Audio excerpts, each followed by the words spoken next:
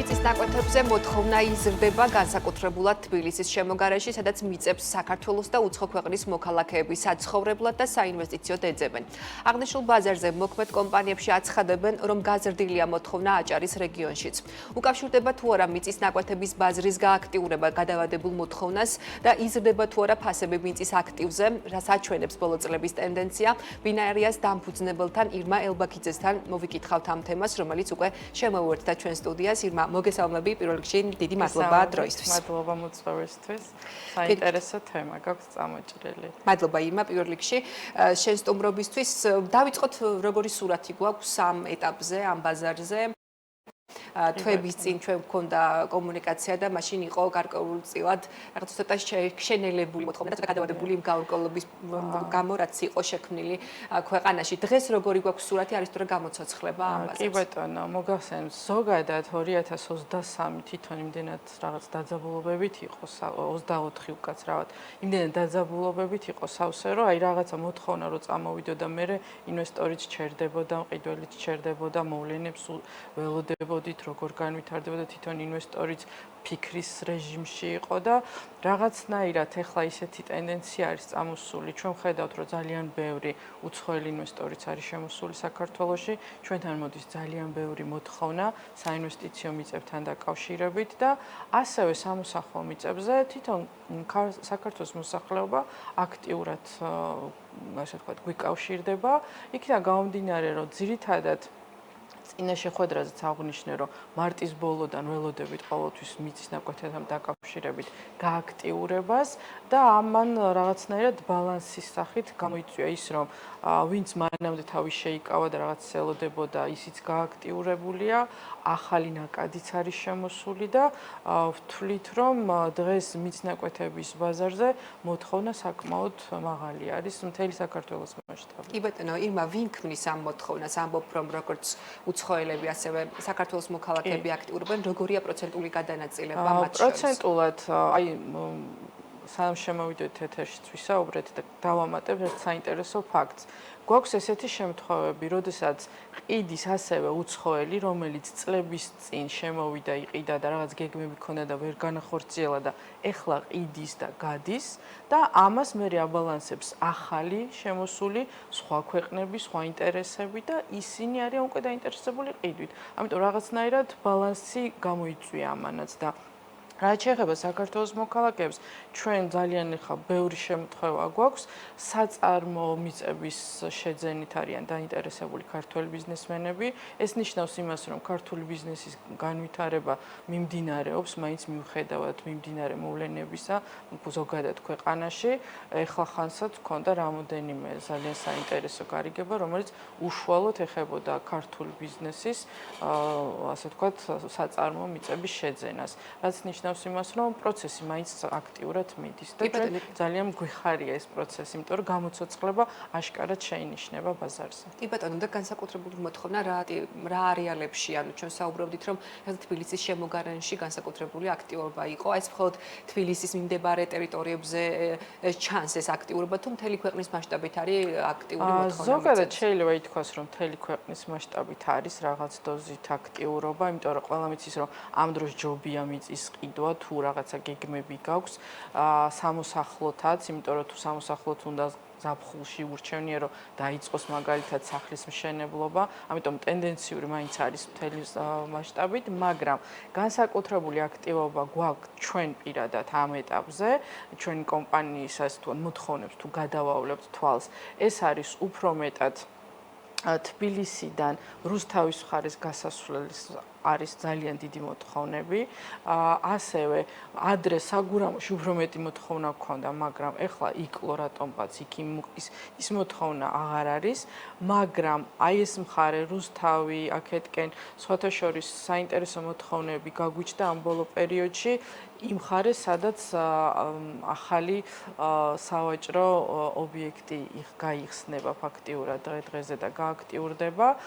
ეს არის ასევე გარდაბნის მხარეს რო გადავდივართ. ეს აუთლეტსთან ასევე დაიწყო ძალიან დიდი მოთხოვნები წამოგვივიდა მაგ მხარეზე. აი კომერციული დანიშნულება კომერციული დანიშნულება ძირითად შემთხვევებში მანდაც და მოთხოვნები ძალიან გაიზარდა და ასევე ფასებიც არის ძალიან გაზრდილი. დიახ, ამაზე მინდა გკითხოთ, აი რასაც ტენდენცია აჩვენებს, არიაფტება, მოკლედ მიწის ნაკვეთები პირიქით ზრდა.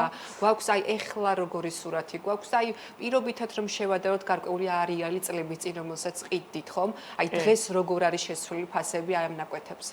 აი მაგალითად ზუსტად დღესაც ვსაუბრობდი ამაზე, რომ მქონდა ესეთი შემთხვევა, რომ 5-6 წლის წინ სადღაცას რო ვიყიდით, ასე ვთქვათ, ნაკვეთს $1, $2, იგივე ნაკვეთები 10-დან $15-მდე ღირს. იგივე ნაკვეთები. შესაბამისად, ეს არის საკმაოდ მაღალი ზრდა და ანალოგიური სიტუაცია გვაქვს თბილისის შემოგარენში, სადაც 5-დან $10-მდე იყო ფასები, იმ ლოკაციებზე დღეს 40-დან $50-მდე არის ფასი გაზრდილი. ასევე საკმაოდ მაღალი პროცენტული ზრდა არის. აქ საუბარია უკვე 200 და 300% ზრდაზე. კი ბატონო, ანუ ამის გამომწვევი მიზეზი არის თუ არა, რომ ჩვენ მიწის ფონდი არ გვაქვს მაინდა მაინც ეს არის ერთ-ერთი პირველი მიზეზი ხოლმე, იმიტომ რომ როდესაც მიწის ფონდი არის ძალიან მწირი, ჩვენ ამას წინათ ძალიან საინტერესო შეხვედრა გვქონდა ასევე შემფასებლებთანაც და მათაც ანალოგიური პასუხი გაგვცეს, რომ შეიძლება ძალიან დიდ ქვეყანაში არ იყოს ასეთი ამბავი ზრდასთან მიმართებაში, ანუ სტატისტიკა ყოველწლიურად ესეთი სწრაფი არ იყოს, მაგალითად იქ პროცენტული ზრდა შეიძლება იყოს 3%, 2%, მაგრამ ჩვენთან ასეთი ტემპი იმიტომ გვაქვს, რომ მწირი არის ფონდი, მოთხოვნა, როდესაც იზრდება, შესაბამისად მოთხოვნა განაგებს ფასის ზრდას. მე მესმის ხოლმე ძალიან ხშირად ის, რომ სამწუხაროდ, როდესაც ფასი ესე იზრდება, მოსახლეობა ჩვენ არ ყავს მაღალ ანაზღაურებადი ზოგადად და შესაბამისად ამ დროს ქვეყნის მოსახლეობას უფრო უჭირს მერე უკვე შეძენა ამ მაღალ ფასიანი პროდუქტის, მაგრამ რეალობა არის სამწუხაროდ. კი ბატონო, ირმა, საინვესტიციო თვალსაზრისით რომ განვიხილოთ, დედაქალაქში, შიგნით თბილისში, რამდენად დარჩა სივრცეები, არეალები, რასაც თვალნათლივ ხედავთ, თითქმის ყველა თავისუფალ სივრცეში ხედავთ იქ საცხოვრებელი კომპლექსი შენდება და ასე შემდეგ. აი, აქ როგორია სურათი, ანუ დარჩა თუ არა ის თავისუფალი ადგილები, რომელიც შეიძლება ბიზნესმა საინვესტიციოდ განიხილოს? დარჩა, ჩვენ გვაქვს ამის შესახებ ინფორმაცია. დარჩენილი არის საინვესტიციო მიწები ჯერჯერობით თბილისში. მოთხოვნა საკმაოდ მაღალია ასევე თბილისზე. ალბათ ფასით შესაბამისად. და ფასიც ალბათ შეიძლება ითქვას, რომ კატასტროფულად გაზრდილია და ზუსტად იმის გამო ვეღარ შეცვლის და დაწევს ფასს დეველოპერი, იმიტომ რომ მიწა რო ძვირი უჯდება, მშენებლობა რო ძვირი უჯდება, ფიზიკურად ფასის დაწევაც ვეღარ ხდება ამის გამო. შეგვიძლია კონკრეტულად ვისაუბროთ კვადრატული მეტრის ღირებულება რამდენია თბილისში? თბილისში კვადრატული მეტრის, ანუ უფრო ცოტა შიდა მხარეს ცენტრალურებთან იწყება დაახლოებით $350-დან და შეიძლება ავიდეთ $1500 კვადრატული. და ასევე შემოგარენზე როცა ვსაუბრობთ, დედაქალაქის შემოგარენზე, აი რაღაც გამოკვეთილად არის თუ არა რაღაც კონკრეტული არეალები, სადაც განვითარება იწყება. ვისაუბრეთ იგივე რუსთავის მიმართულებით, აი კონკრეტული რომელი ლოკაციებია, სადაც შეგვიძლია ვისაუბროთ, რომ ახალი განაშენიანება იქნება იქ წარმოდგენილი. ჩვენ ვფიქრობთ, რომ აი ეს რუსთავის მხარე, ფონიჭალის ზედა მხარე აქტიურად ძალიან განვითარდება. თანქმით უმეტეს ვიცით, რომ ახალი პროექტი არის, ასე ვთქვათ, დაანონსებული და ამას უკავშირებთ ამ ამას ჩვენ გააქტიურებას. პირდაპირ უკავშირებთ. ზოგადად, როდესაც ექსპერტები ხედავენ და ამ ყველაფერს აკვირდებიან, პირდაპირ პროპორციულად ერთმანეთთან არის დაკავშირებული ეს პროცესი, იმიტომ რომ როდესაც ხედავენ, რომ რაღაცა აქტიურად ვითარდება, იმ მხარეს მეტი ადამიანი მიაწყდება თვითონაც საინვესტიციოდ, ბიზნესის განვითარებისთვისაც და შესაბამისად ეს მხარე აუცილებლად უფრო მეტად გაიზრდება და ანალოგიურად მეორე მხარე ლილოს შემოსასვლელიდანაც ვფიქრობთ, რომ იქით ამ მხარეს ძალიან აქტიური ზრდა იქნება. ქალაქის მასშტაბები მე მგონია, რომ მალე გაიზრდება ასევე. კი ბატონო, და აი ამ შემთხვევაში, როცა რუსთავის მხარეს ვსაუბრობთ, ემარის დაანონსებული პროექტი, ეს იყო სტიმული რეალურად ის გამოგააქტიურდა. ეს ერთ-ერთი სტიმული არის და მინდა გითხრათ, რომ იქით მხარეს საერთოდ თქვა იქ რწანის სისველს ძახიან კიდევ მხარეს რწანის სისველზე თუ ჩვენ შაშანს ვიყიდით $5 აწეული არის ფასი $25 შესაბამისად საკმაოდ მაღალი ფასია და თუ იქ კიდე რეალურად აქტიურად განვითარდება რეალურად ეს პროექტი, ჩვენ ვთვლით, რომ მომავალ წელს ფასი კიდევ გაიზრდება. კი ბატონო, აი ამ ინვესტორს ყოველ შემთხვევაში ანონსი რაც ვიცით და ანონსებული აქვს აჭარის რეგიონშიც პროექტების განხორციელება, ხომ? აი აჭარაში როგორი სურათი გვაქვს? ერთი მხრივ იქ ჩვენ ვიცით, რომ რაღაც აი შენებლობის ბუმია, შეიძლება ესე ითქვას, განსაკუთრებით ბათუმში, აი მიწის ნაკვეთებზე როგორი მოთხოვნა ანალოგიური სიტუაცია არის ძალიან გაზრდილი არის ფასები. პირველ ზოლში ფაქტიურად, არ ვიცი, $200-დან ზემოთ არის ფასები და შეიძლება ითქვას, რომ პირველი ზოლი თითქმის აღარ დარჩა, გარკვეულ ასე თქვა ცენტრალურ ტერიტორიებზე. გონიოში ფასები ძალიან გაიზარდა, მოთხოვნაც გაიზარდა, ინტერესი მეტია, მეტი კითხვა შემოდის, ამეთ ანალიტიკოს გთხოვენ, რა იქნება, როგორ იქნება და უცხოელები უფრო მეტად უცხოელები აქტიურად და სხვათა შორის ანალოგიურად ქართველებიც.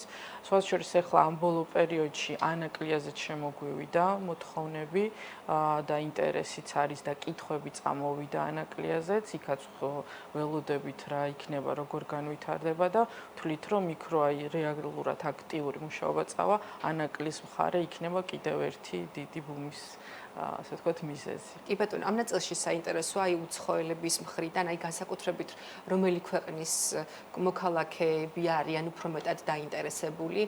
აი ბოლო პერიოდში მაგალითად ხშირად მსმენია, რომ აიგივე ჩინელების გააქტიურება შეინიშნება განსაკუთრებით აზია.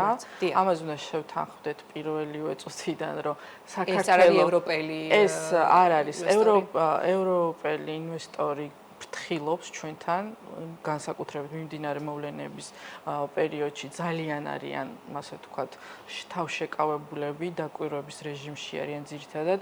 იყო შემთხვევები, რომ ინტერესი იყო, მაგრამ შეფერხდნენ და არ გადადგეს ნაბიჯი. ესეც შემთხვევები ბევრი ჰქონდა, მაგრამ აზიის ქვეყნებიდან ინტერესი პირიქით მატულობს და მეტი ჩამოდის. სხვათა შორის ამ ბოლო პერიოდში იაპონიიდანაც ბევრი ჩამომსვლელი ყავს, ჩინეთი ძალიან გააქტიურებული არის და კიდე დანარჩენი ქვეყნები იქით. აი განსაკუთრებით ჩინეთის მხრიდან მოთხოვნა რა ტიპის მიწის ნაკვეთებზე, სადაც ისინი შეიძლება განიხილავდნენ რაღაც კონკრეტულ საინვესტიციო? საწარმოზე უფრო მეტია. თბილისის შემოგარენია მათი. თბილისის შემოგარენი უფრო მეტად საწარმო, სასტუმროები და წარმოების ნაწილს განიხილავენ უფრო მეტად. ჩვენ შემთხვევაში ყოველ შემთხვევაში ეგრე გამოვიდა, რომ ძირითადი დაკვეთა იყო საწარმო მიწებზე, სადაც საწარმოებს გახსნიდნენ და გააკეთებდნენ და ასევე იყო მოთხოვნა სასტუმროებსაც.